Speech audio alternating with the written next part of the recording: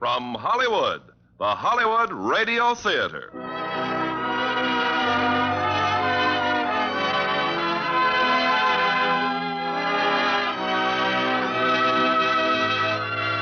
Starring Jane Wyman and Will Rogers, Jr. in the story of Will Rogers. Ladies and gentlemen, your producer, Mr. Irving Cummings.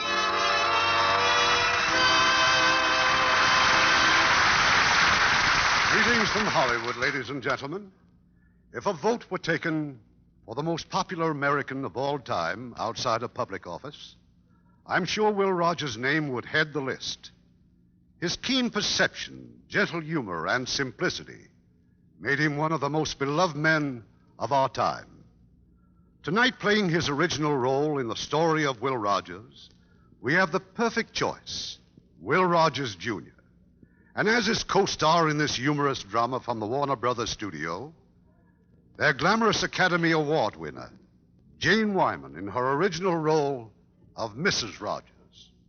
Now, the story of Will Rogers, starring Jane Wyman as Betty Rogers and Will Rogers, Jr. in the title role.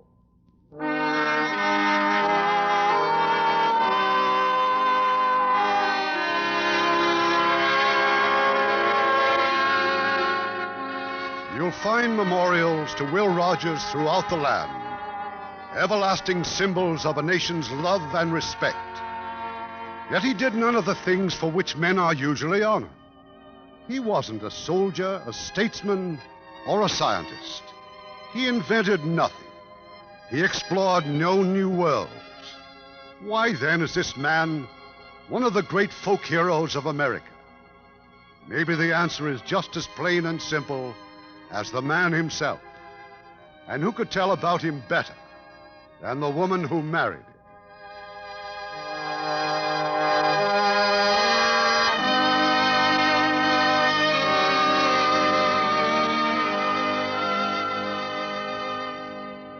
Will rode into my life just after the turn of the century. Oklahoma was still Indian territory, and Oolaga, one of the few cow towns that boasted a railroad. If it weren't for that railroad, I wouldn't have been there at all. My sister's husband, Dave, was a station master, and I'd come for a visit. I saw Will tie his horse outside the station, just another saddle-weary drifter, and then he wandered into the baggage room. Anybody here? Quit hiding, Dave. I ain't the railroad inspector. Yes? Oh, I beg your pardon, ma'am. I thought Dave was, he ain't been fired, has he? Oh, no. Mr. Marshall's on the committee for the Congress from Washington. They're having a reception at the Rogers home. Now, if there's something I can do for you... Mean you're the baggage man? Well, is anything wrong with that? Not at all. It's kind of interesting. Only ain't exactly got the bill for it, ma'am. May I have your check, please? Thank you. Is it a trunk or a valise?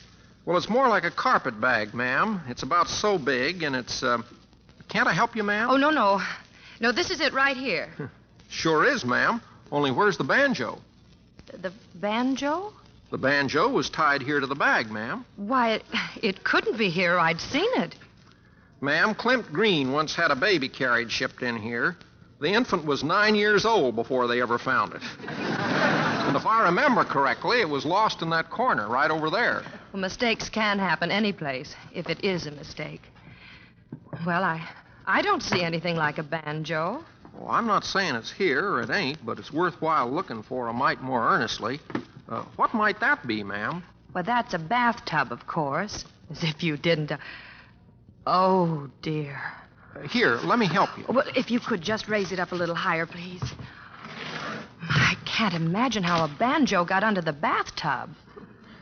Ain't no harm done except to the case. Bathtub seems to be in good shape, too. Well, I'm sorry about the case, but the railroad's responsible, so if you'll just fill out this claim sheet... That's all right, ma'am. I won't be needing the case. Don't aim to be traveling far anymore. Can you play the banjo? No. And if you'll excuse me, I have to go now. I didn't mean to keep you away from your work. Well, it really isn't work. I've been invited to the Rogers house for that party, and I'd... Oh, well, you go right ahead, ma'am. We can finish this conversation later. Oh, indeed? Oh, yes, ma'am. We sure will, ma'am.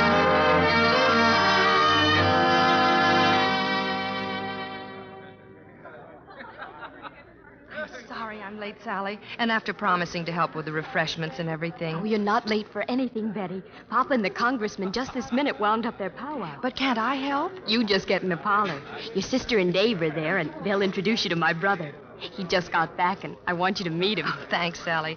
I guess I'm a little curious myself. Willie, how'd you get here, son? You ought to know, Pa. You sent me the money to come home. Oh, that's right, I did, didn't I? Well, it's good to see you, son. Now, if you'll excuse me, I got some news for the folks here. Ladies and gentlemen,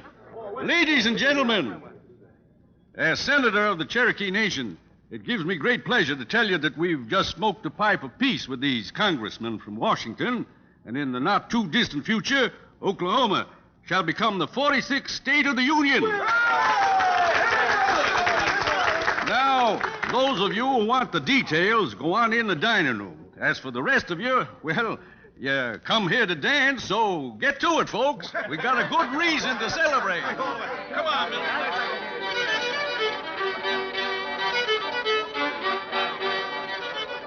This is my sister, Will, Betty Blake. Betty, this is Will Rogers. Hello again, ma'am. Again? How do you do? Mr. Rogers, I think it was mean of you not to tell me who you were down at the station. Well, say, a name don't change anybody, ma'am. I don't want you to be fooled by my name. I may be Clem Rogers' son, but the similarity stops right there. Now, for instance, you see how good Pa cuts a caper? Well, You come dance with me, and I'll show you the difference. I may not be able to put one foot in front of the other, but I try awful hard. Will you? well, thank you. I think I'd like to.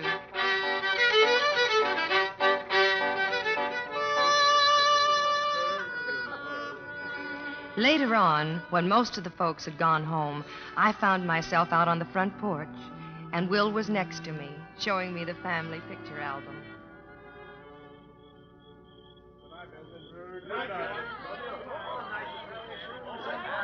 And this one here, that's Ma and Pa when they were married. Ma died when I was 10. She was part Cherokee, too, so I get it from both sides. And, who's this little boy? Well, that's me. All of these are me. Each one was taken when I started a new school. You must have run out of schools early. No, ma'am. Those schools, they kept cropping up like mushrooms. Became a case of Pa and me out stubborning each other. This one here is Pa's last fling, Kemper Military Academy. I was there for 2 years, one in the guardhouse and one in the 4th grade. Mr. Rogers, now that you're home again, well, what is it you want to do? Well, that's what Pa and I have been debating about a long time. Maybe if we got together, we ought to make a man out of me. Why don't you try it? Come on, Betty. I promised Mrs. Petros we'd be home early. She's taking care of the baby for me. Say, tell me something, Cora. Isn't it going to be kind of hard on you? I mean, raising a wild kid and helping Dave with the station work at the same time? Oh, it sure will. That's why I'm trying to make Betty stay. There's no earthly reason why she should go back to Arkansas. Mind if I help out along those lines? Why, not at all. Do your darndest. Oh, Cora, for heaven's sake. Oh, shush. Now help me find Dave, honey, and let's get on home. That you out there, Will? Be right in, Pa. Good night, Miss Blake. Good night, Mr. Rogers.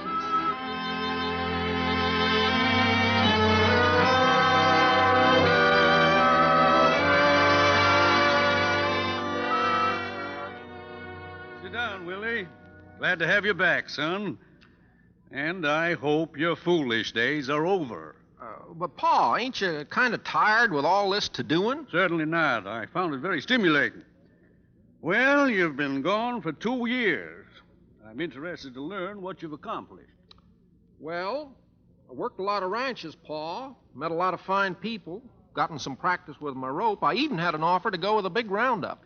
If that's your ambition, that aimless drift in life, there's no use my even talking to you. You sent me $100, Pa. Don't seem like you're getting your money's worth out of this conversation.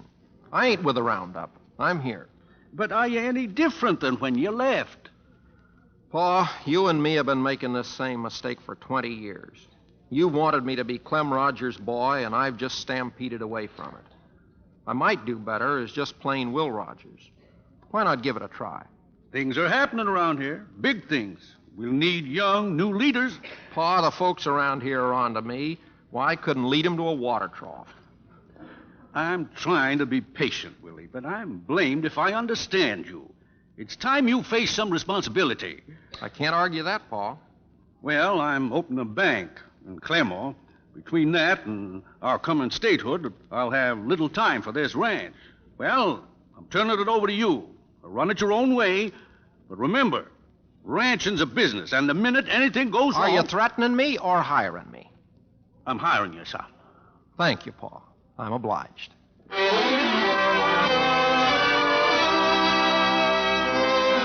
So Will took over his father's ranch, and I more or less made up my mind to stay in Ulaga. But less than a month later, Will was down at the railroad station again. So I'd like 2 tickets, Betty, to Fort Smith. 2? Me and Dusty here. Howdy, miss. Dusty. 2 round trips will be $9.80. One way will do. Will. Yeah, it's me and Pa again. Anyways, from Fort Smith, me and Dusty are heading down Texas way. So you're just going to run away again, hmm? Well, if you had any gumption, you'd stay here and face up to things and take your rightful place in this community. Like doing what, Betty? Well, after all, Will, you're a... Clem Rogers' son. Yeah, everybody keeps reminding me. I kind of got it figured out that I ain't. I'm myself. It wouldn't take much gumption to stick around here. It'd be the easiest thing in the world now that you've decided to stay. Then why don't you? I can't. Maybe there's no explaining it, but I just got to get out of here. Well, here are your tickets. Here's your change, and there's your train. Thanks. Be seeing you, Betty.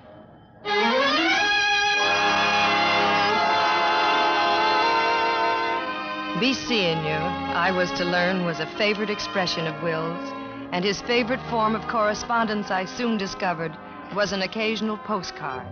They came from Texas and New Orleans, and as the months dragged by, from all over the world, South America, Africa, Australia, Will and his friend Dusty were traveling with the Wild West show, and then at long last, he was back in the United States. Well, where is he now? He says here that he and Dusty have just landed in San Francisco. Another postcard. Oh, but look what he says, Cora. Heading for the fair in St. Louis. Getting closer to home anyways. The St. Louis fair. Well? But that's where Sally and Tom are going. Will's own sister on their honeymoon. Oh, I know. But you could go with them. Well, at least you could meet them there, and then you could... I know I could. And I'm going to.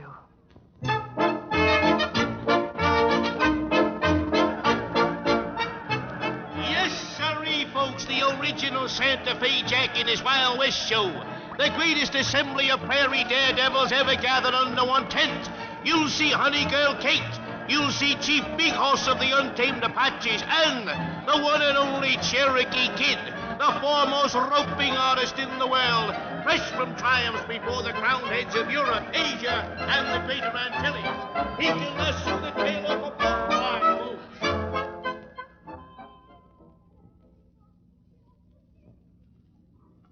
Yes, Will Rogers was now the Cherokee Kid. I couldn't help laughing. Oh, but the people didn't laugh when they saw Will perform. They thought he was wonderful. And I did, too. Or maybe I was just so glad to see him again. Surprising me like this? Why, when I saw you and Sally and Tom sitting there in the stands, I like to went through the floor of that arena. At least I wanted to. Oh, Will, but why? Well, in that costume and the name they pinned on me, I never felt so silly in my life. Oh, but you're good, Will. You're very good. Are you hungry, Betty? Or would you rather just walk? Whatever you'd like, Will. Well, seeing you, I'm kind of weak. But let's walk for a little, huh? What about Sally and Tom? Oh, they deserted me. Good for them. Say, which of them did Pa finally use the shotgun on? Both, I guess. Oh, he gave them such a beautiful wedding. How is Pa, anyway? Oh, he's fine. He used to come down to the station, Will, just to read your postcards. He said he'd rather know the worst than not keep track of you at all. You know, when I was in all them foreign countries eating their food, I used to think about these Oklahoma black-eyed peas all the time. Is that all you thought about? Listen, Betty, for almost 2 years I've been thinking about you every minute. You have? Darn right I have. But I thought about you, too. Betty? Yes, Will. What would happen if I was to quit gallivanting around and come back to Oologah to settle down? What would you like to have happen? Well, I haven't any money. Oh, that isn't important. I love you, Betty. Ever since I first saw you, I haven't had... Always say ain't, Will. I ain't been able to think straight about nothing except that I love you. Is that important? Oh, it's awfully important. Then you'll marry me? Yes, Will. Golly Moses, I feel like hollering. Well, why don't you? Yahoo! Yahoo!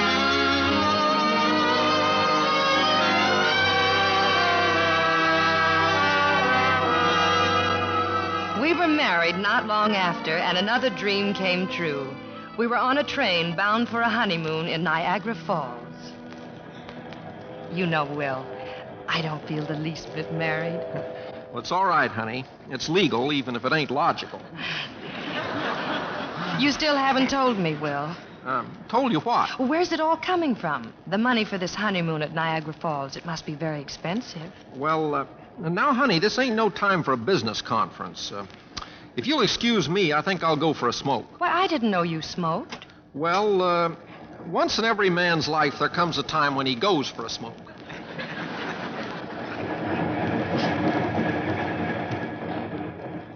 Well, did you break it to her, Will? Not yet, Dusty. I ain't found just the right moment, so you better stay out of sight. Got the horse on all right? Yeah, he's in the baggage car. Awful nervous, though. One of us ought to sleep up there with him. And if you ask me, you're the Oh, all right, but it's your horse.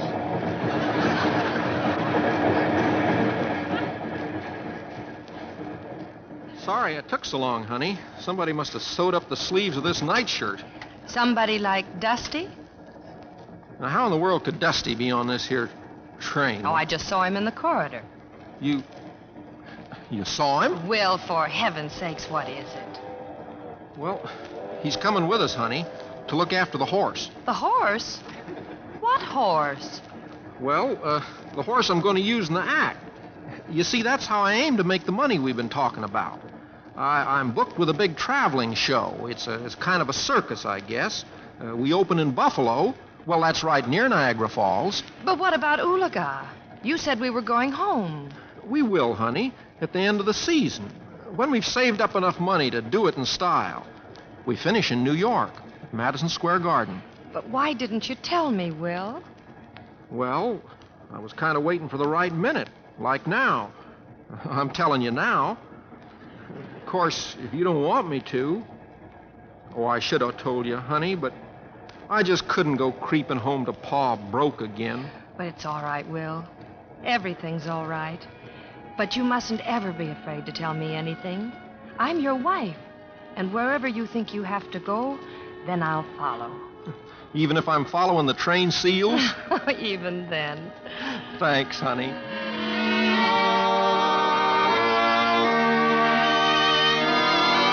And often Will did follow the train seals, but no bride ever had a more wonderful honeymoon. I think the others enjoyed it, too. Will and Dusty and the horse. But we didn't go back to Oologah after Madison Square Garden. No, fate had something waiting for us there. Something that changed the course of both of our lives considerably.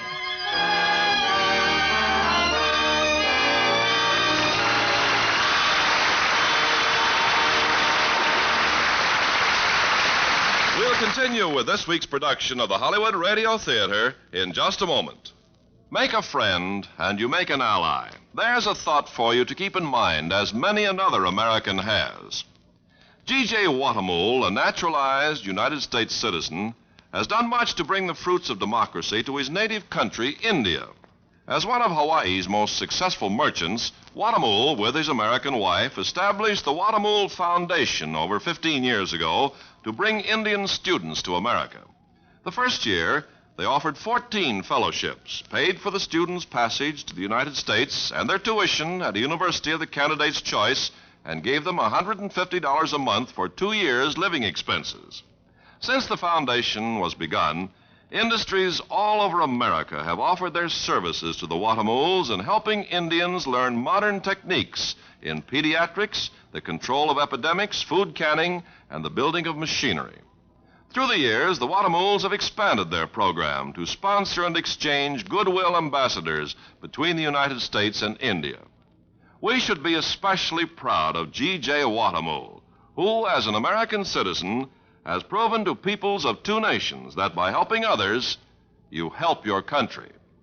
Now, our producer, Mr. Cummings. Act 2 of the story of Will Rogers, starring Will Rogers, Jr. in the title role and Jane Wyman as Betty Rogers.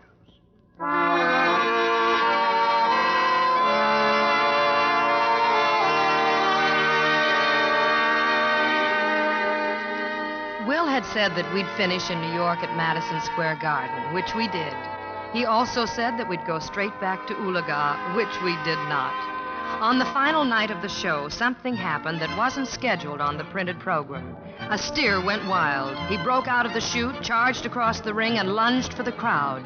But in a matter of seconds, Will had galloped after him, roped, and dragged the animal back to the ring. Later, while we were walking back home to the boarding house. You know, I don't know just how to figure things. Here I've been roping night after night. I rope 6 horses all in a bunch, and nobody pays any attention to me. I rope one scared old steer, and everybody gets all excited. Everybody else just stood around watching.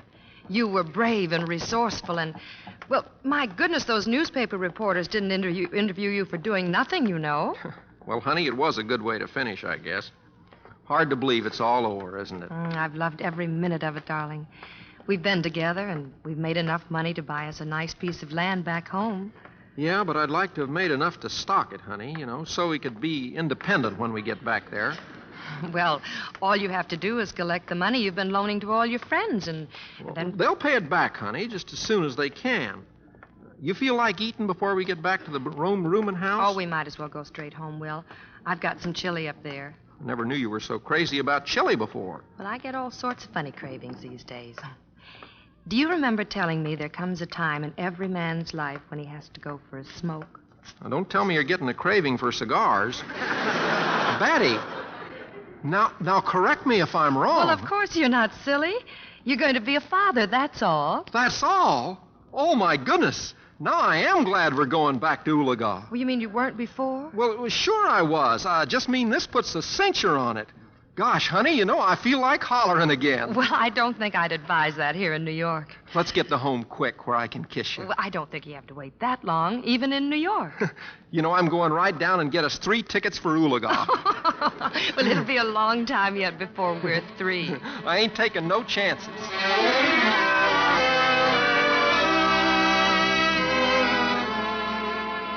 The next morning, the newspapers were full of it. No, not about the baby, but all about Will and how he'd stopped a panic when he roped that loco steer. And then, when the carriage pulled up at the boarding house to take us to the station... Well, good night now. So long. Bye, Will. Goodbye. Goodbye, Mrs. Foster. Thank you. Bye, Been waiting for you, Mr. Rogers. I sure want to talk to you. Now, Will, not 1 cent. When it comes to complete strangers asking for... I'm Bert Lynn, Mr. Rogers, Lynn Theatrical Agency. We handle important attractions. I'm sorry, Mr. Lynn, but we have a train to catch, But that stunt at the Garden last night made him a big attraction. This is a legitimate offer. 10 straight weeks at $125 per. Well, that's a pretty fair offer, Mr. Lynn. Pennsylvania station driver. No, you can't. You open at Hammerstein's Victoria on Monday night. Mr. Lynn, we're not interested in vaudeville. We're going home. Anybody can go home. This is Hammerstein's Victoria. I guess you didn't understand my wife. We want to go back to the ranch. Will. You say something, honey? Well, I was just thinking, dear. Maybe if we postponed it for a while, you'll make that extra money you were talking about. Huh? Oh. So take the baggage out of the carriage, dear. And, Mr. Lynn, will you pay the man? Don't change them sheets, Mrs. Foster. We're coming back.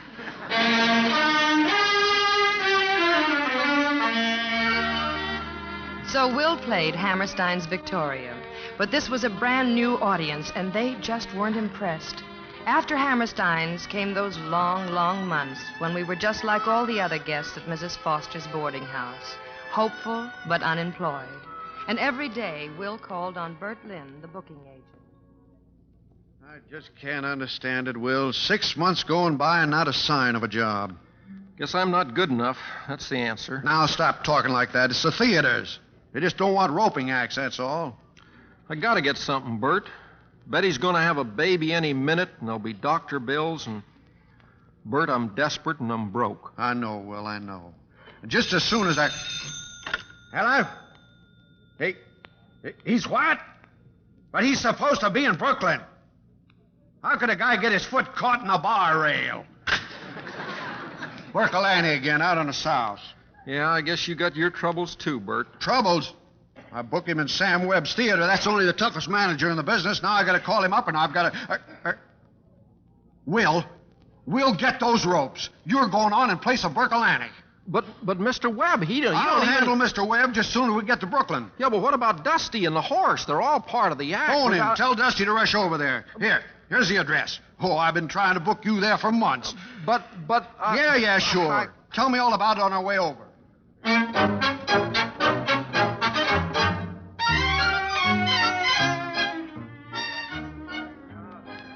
I can't do it, Bert. I just can't. I telephoned the boarding house. It's Betty. Well, they've sent for the doctor. But will you go on in 3 minutes? Besides, what could you do at the boarding house? Nothing, maybe. But I just can't let her be there alone. Look, I'll call him back. I'll stay right here on the telephone. I'll let you know the minute something happens. I can't do it, Bert. Besides, there's Dusty and the horse and no sign of him here then yet. Just go out there and give him 6 minutes with your ropes. Think of your room rent. Think of your doctor bills. Go on, you can do it. Well, don't leave that phone. Yeah. Now, pick up your ropes and get out.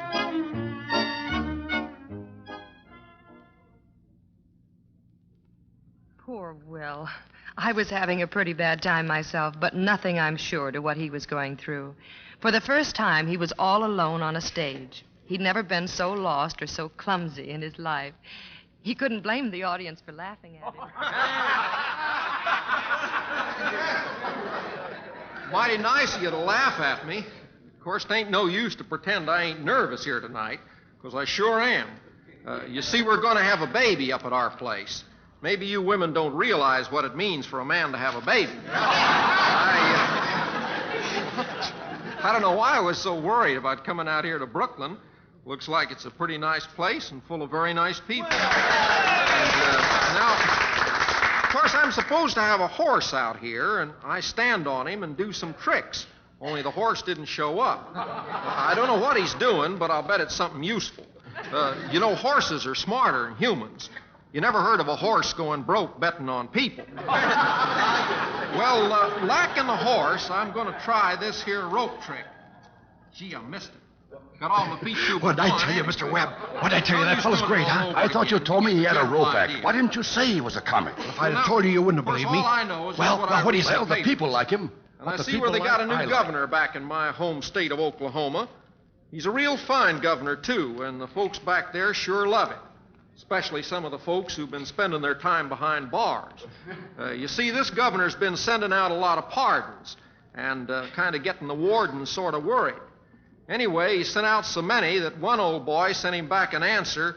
Why, shucks, Governor, he said, thanks for the pardon, but they ain't caught me yet.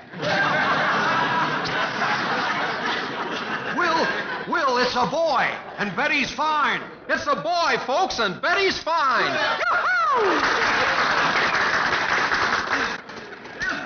We got here, Mr. Lynn. Me and the horse, we just got here. He don't need the horse, Dusty. Will don't need nothing. He just talked himself into a brand new career.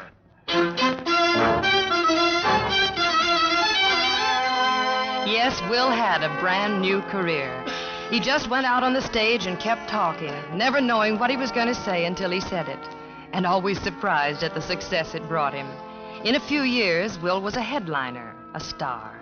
And what people seemed to love most was to hear Will talking about politics and Congress. And then one day, the United States Secret Service ordered him to Washington, the request of President Wilson. I know I've said a lot of things about Washington, Mr. President. If I've offended you in any way, I'm sorry. I didn't ask you here to censor you, Mr. Rogers. For a long time, I wanted to thank you for your war work and everything else. That's mighty nice of you, Mr. President. And to be perfectly honest, I've always wanted to see the master of the verb ain't. I've heard you've had several offers to write. How is it I've never seen you in print? Why, Mr. President, as an ex-college professor, you ought to know that I can't put two words together without making them come out wrong. That may be, but from the quotes I've heard, your meanings come out pretty right. Mr. Rogers, Will, if I may. Now I feel like I can cross my legs. You say for people the things they'd like to say but can't quite express. And in helping them think things through, you're also making them laugh. That's a rare gift. That's why I think you should write as well as speak. Whether you like it or not, Will, you've become a voice from the heart of the people. Our country wants to hear it more often.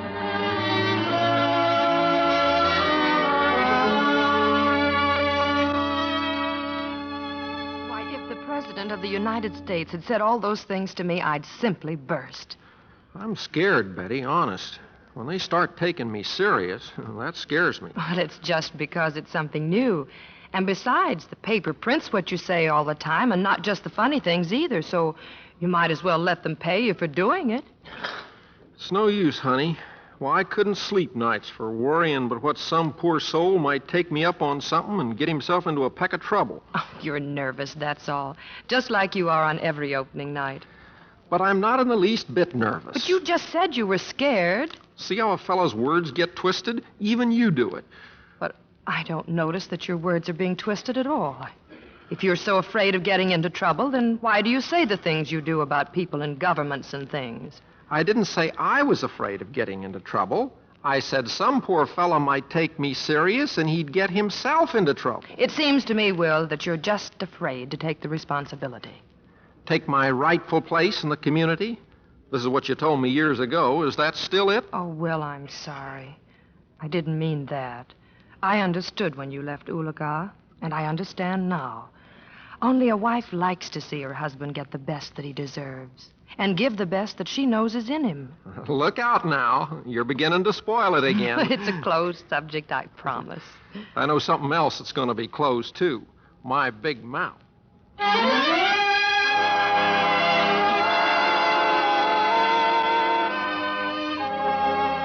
Will found a fine way to keep his mouth closed. He deserted Broadway for Hollywood's silver screen, which in those days was utterly silent. We bought a ranch in Santa Monica, and Will settled down to making movies. Well, one day, while they were shooting a scene out of doors, something happened that disturbed the producer considerably. I'm not going to. Crazy fool. Landing his airplane right in range of our cameras. Harry, go tell that bonehead he just cost us a barrel of money. Who is that spendthrift, Tom? Oh, some half-wit aviator they hired to fly the film to the laboratory. One of your Oklahoma boys, part Indian. You and that fool plane!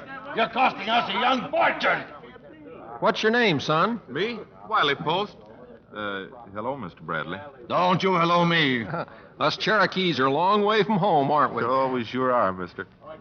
Say, what's the matter with that kite of yours, anyway? Oh, you mean all that smoke it was making? Well, the engine needs a complete overhaul. Cost a lot of money, though. Seems to me, Tom, like the company might be saving itself some money if we got it fixed up for him. Well, maybe so.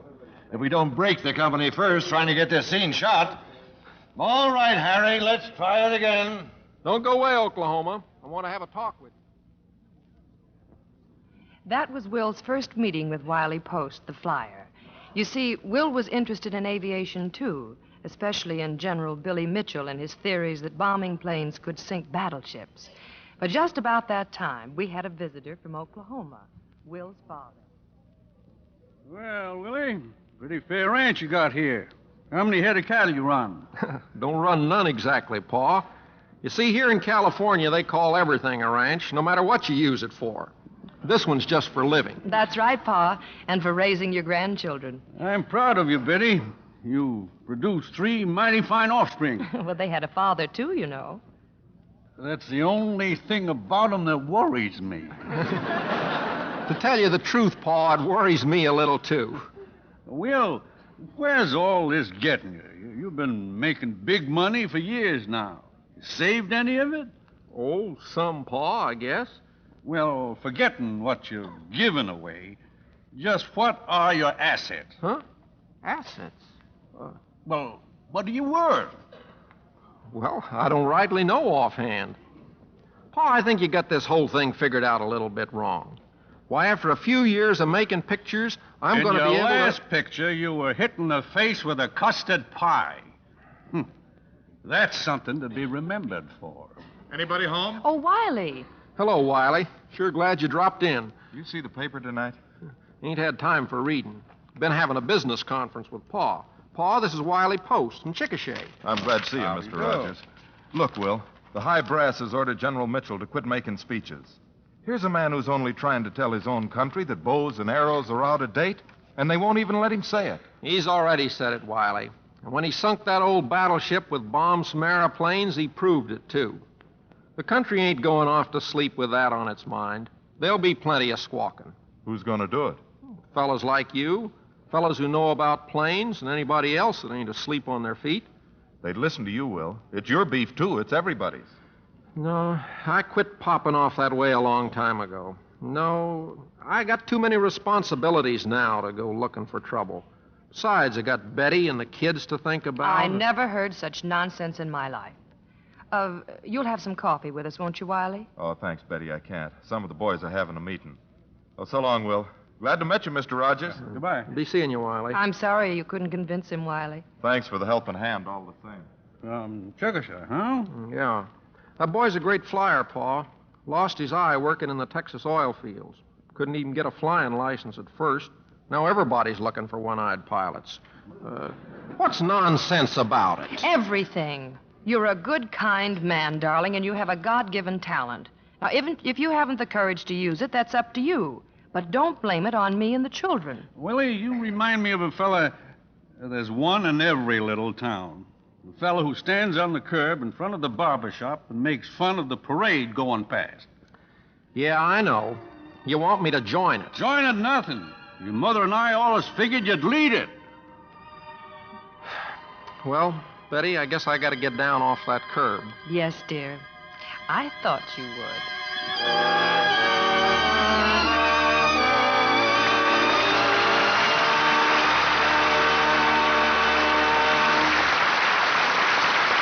In a few moments, we'll continue with Act 3 of the story of Will Rogers.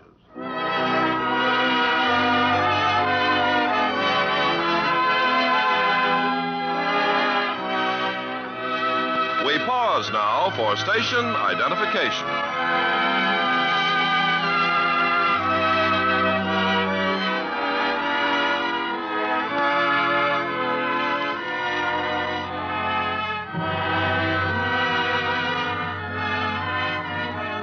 The curtain rises on Act 3 of the story of Will Rogers, starring Jane Wyman as Betty Rogers and Will Rogers, Jr. in the title role.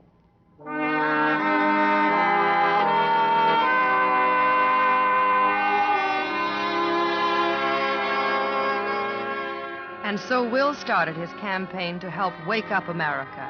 In days when disarmament was the popular theme, Will spoke for defense and for aviation. Being a wife, I never reminded him that at last he was doing what President Wilson wanted, making people laugh and think at the same time. And somehow, he also found time to start writing his column for the newspapers. Then in 1927, Warner Brothers made a picture called The Jazz Singer, which revolutionized the film industry. The screen could talk, and talking pictures made Will its biggest star. But it wasn't long before Will was on his way again, this time overseas. He talked to prime ministers and shopkeepers up and down the continent. I'll have to stay in Europe a long time to find some country that don't blame America for everything that's happened to them in the last 15 years.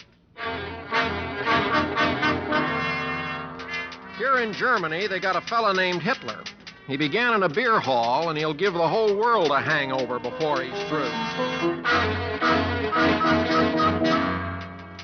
The whole thing, as I see it, all over the world, is that the little nations has just got no business being little.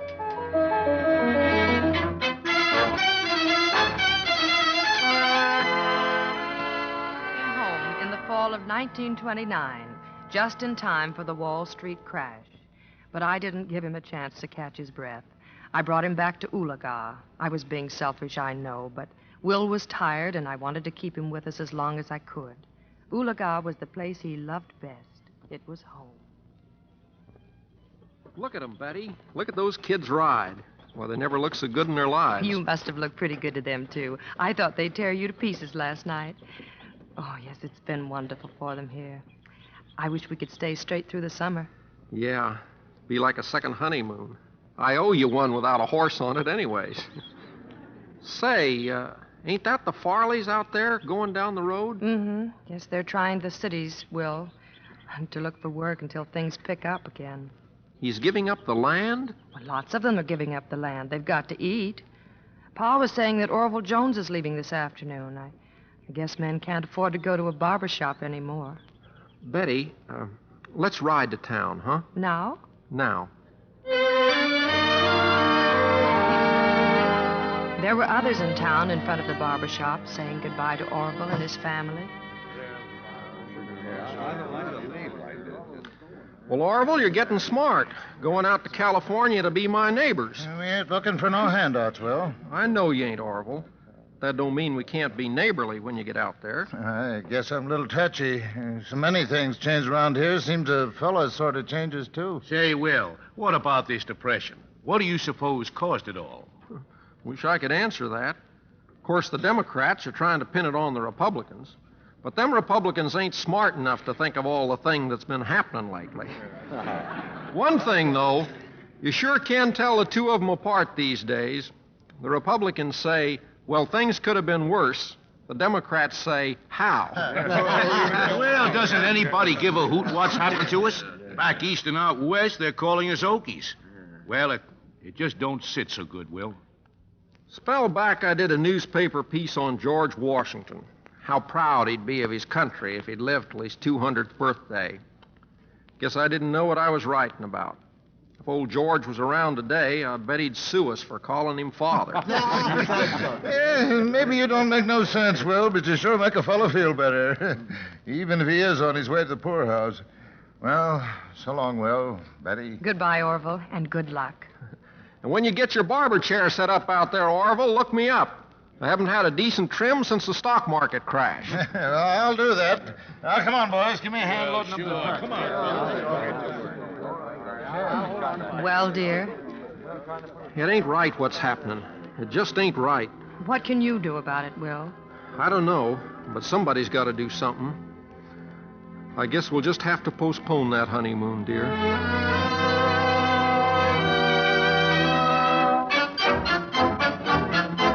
Will left Ulaga, and some weeks later, the first of several huge benefit shows were produced at the Ziegfeld Theater in New York.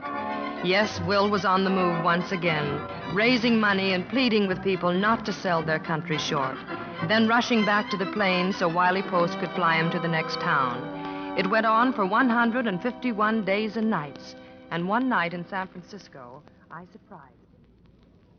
Betty, but how in the world did you find me? By trying every hotel in town. Will, why aren't you in bed? The rally wasn't over till long past midnight, and I got to meet Wiley at the airport at 4 o'clock. It just didn't seem worthwhile messing up the sheets. But you can't keep driving yourself like this. You're not a boy anymore. Why do you have to leave at 4 o'clock? Well, we're having a big breakfast get-together in Denver. All the big moguls going to be there. Say, what are you doing, honey? You're going to bed. But I just told you I got to... You have to be in Denver for breakfast, I know. Well, I'll call the committee and tell them that they can have a luncheon instead. I'm sure they'd rather have you there alive instead of half dead. Well, I guess I am a little weary. Oh, you're such a fool, dear. Oh, maybe I'm the fool, worrying about you so much.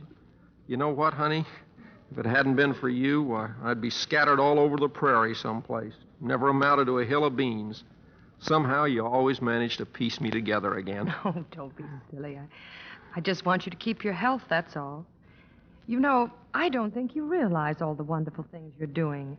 It's not just the money you're raising. You're giving people back something they've lost. It's kind of a courage and morale and hope all rolled into one.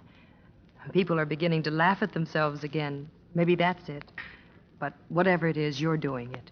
And if you're... Will? You asleep, darling? Huh? Huh? Oh, now, if that ain't just exactly like a woman.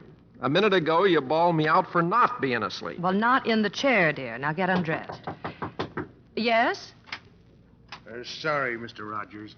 It's not permitted to have a lady in the room. Hotel rules, you know.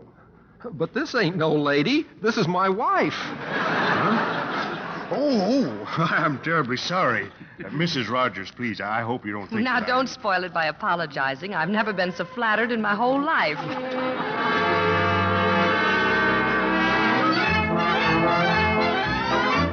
Well, there's something else that some of you may remember. The Democratic National Convention in Chicago in 1932, and the nomination from the state of Oklahoma. Mr. Chairman, the state of Oklahoma would like to enter the name of its favorite son and favorite American for the presidency of the United States, Will Rogers.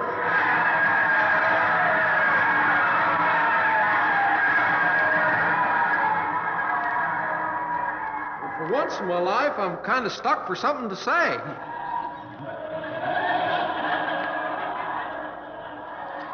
Of course, there's no honor in the world like being nominated for President of the United States.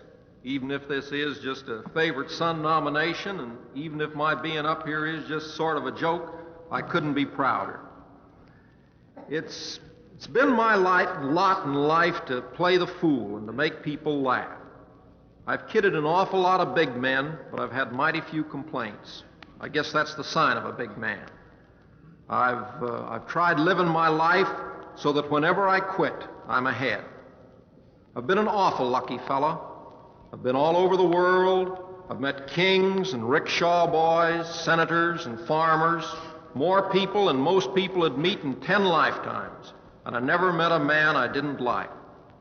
I'd like to thank the delegates from Oklahoma. The two finest things that can happen to a man is to have a good wife and to know he's been accepted by the people he comes from, and it looks like both of them have happened to me.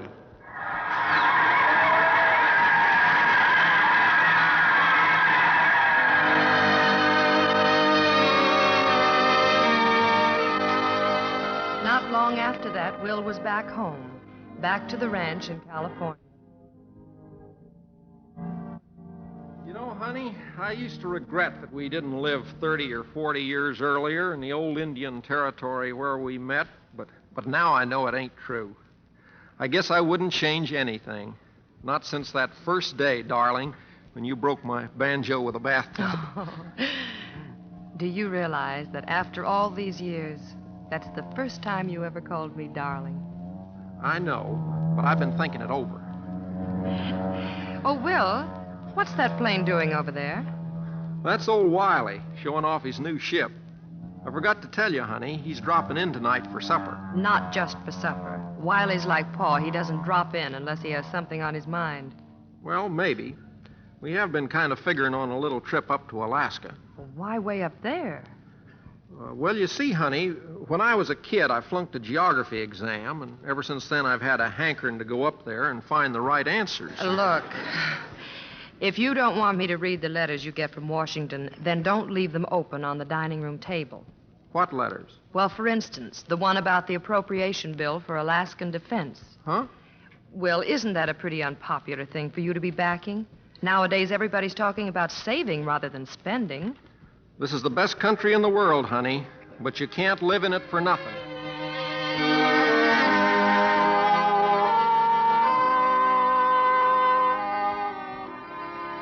And so Will and Wiley Post went to Alaska. How many times had I said goodbye to him? And yet, as we stood there at the airport, somehow never before did we seem so close. I had the feeling our whole life together was being summed up in this moment of parting. I think Will must have felt it, too, as though a premonition. Because after they took off, they came back over the field again to wave one more goodbye, as if reluctant to end something that I know now can never be ended.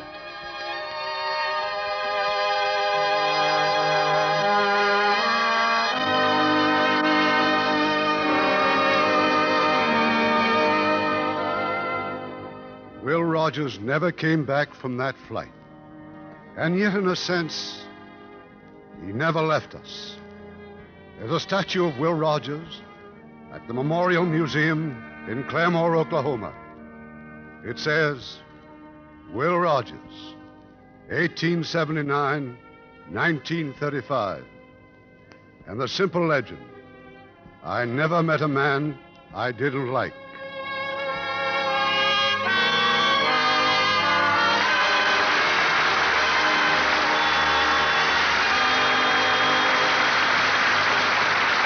In a moment, our stars will return. Up in Newfoundland, there's an Air Force base called Fort McAndrew. 2 tech sergeants were out on the field one day and noticed a 9-year-old girl hobbling around on a pair of crutches. She was a polio victim and a cripple. Her father, whom they finally located after much questioning of the girl, was a civilian employee on the field. He had 8 children and simply couldn't afford the costly treatments that would be necessary to help his little girl. Well, that was enough for the 2 sergeants. They got up entertainments, collected donations, and, well, soon every enlisted man, officer, and civilian worker around the place was in on the project. They raised $4,300, enough to fly the little girl to the United States and provide treatments at Warm Springs, Georgia. Such acts by you and your friends today are shaping our world of tomorrow. Now, here's Mr. Cummings with our stars. Jane Wyman and Will Rogers, Jr., you were simply great. Please come forward for a bow.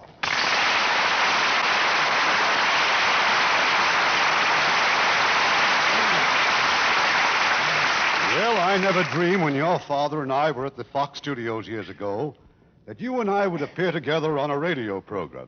Did you direct some of Dad's pictures? No, he was king on the lot then, but I directed The Little Princess, Shirley Temple. Well, I should think you'd know all these things, Will. All I know is what I read in the papers. No wonder you just read one paper, the Beverly Hills Citizen.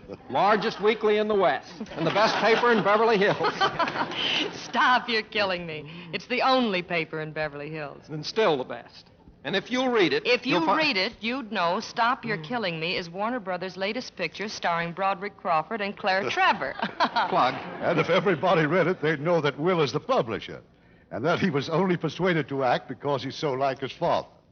You know, Will, I once asked your father why he never kissed his leading lady in pictures, and he said because he saved his kisses for your mother.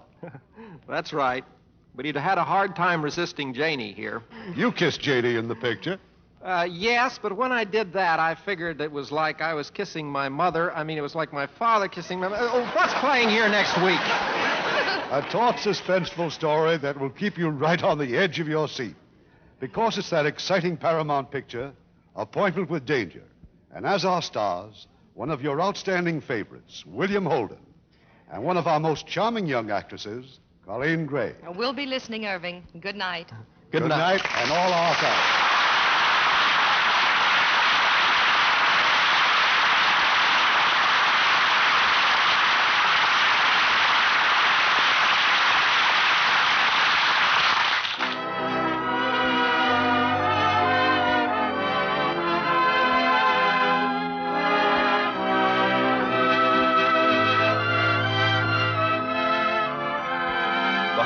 Radio Theater is produced by Mr. Irving Cummings. Our orchestra is under the direction of Rudy Schrager. This is Ken Carpenter inviting you to join us next week at this same time for another presentation of the Hollywood Radio Theater.